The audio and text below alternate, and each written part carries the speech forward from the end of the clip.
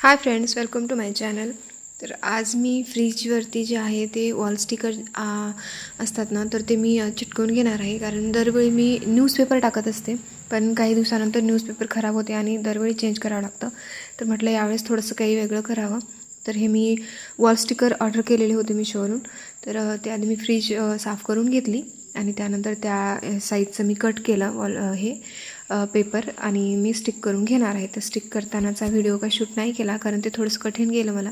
आणि लावल्याच्या नंतर खूप सुंदर, खूप छान दिसत आहे, व्यवस्थितही बसले.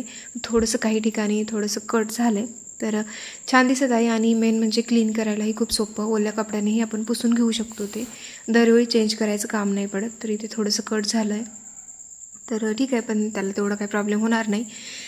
पण खूप छान व्यवस्थित दिसत आहे आणि सामानही व्यवस्थित बसले. तर मी फ्रीजवरती मिक्सर ठेवते आणि काही 1-2 असे छोटे मोठे डबे, त्यात तूप राहतं, काही एक्स्ट्राचंच काही सामान, फक्त एवढं सामान, जास्त काही फ्रीजवरती नसतं. आणि एखादे 2 पाण्याच्या बाटल्या वगैरे असतात, बस. याच्यापेक्षा जास्त काही ठेवत नाही.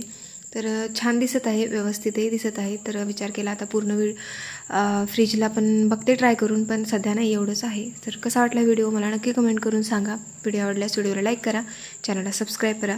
थँक्यू.